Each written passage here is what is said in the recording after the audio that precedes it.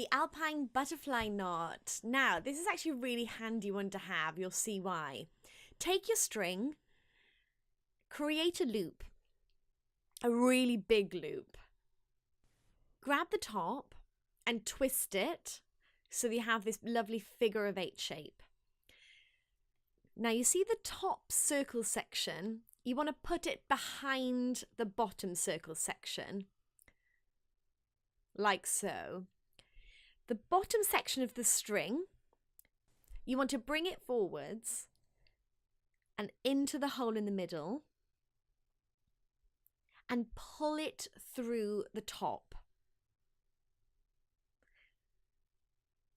To make it tighter, you want to grab the 2 tail ends at the bottom and the hoop at the top. And it creates this really awesome loop for hanging anything. Perfect. I mean, how handy is that?